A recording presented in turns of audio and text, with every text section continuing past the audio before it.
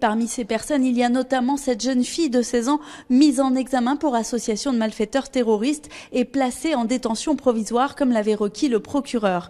Une jeune fille en larmes devant le juge qui s'est dit dépassée par les événements et qui a exprimé des regrets selon son avocat. Écoutez-le au micro d'Hortense Gérard. Ce dossier est finalement l'illustration de la fragilité des jeunes filles qui sont happées par Internet dans un premier temps et ensuite par des contacts alors qu'elles sont seules, isolées et embrigadées finalement au bout d'un moment à tel point qu'elles sont sous une emprise qu'elles n'arrivent pas dont elles n'arrivent pas à se défaire. Donc là, elle prend conscience. Un avocat convaincu donc que sa cliente était manipulée par son compagnon de 20 ans, un jeune homme radicalisé fiché S depuis des velléités de départ en Syrie en novembre 2015. Le jeune couple s'était rencontré sur Facebook l'été dernier et selon l'avocat de la jeune fille, c'est ce jeune homme qui aurait eu la volonté de commettre un attentat sur le sol français.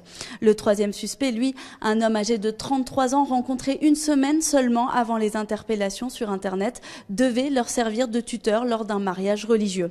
L'instruction va donc devoir déterminer désormais quels ont été les rôles de chacun au sein de cette affaire et quel était le degré d'avancement de ce projet terroriste.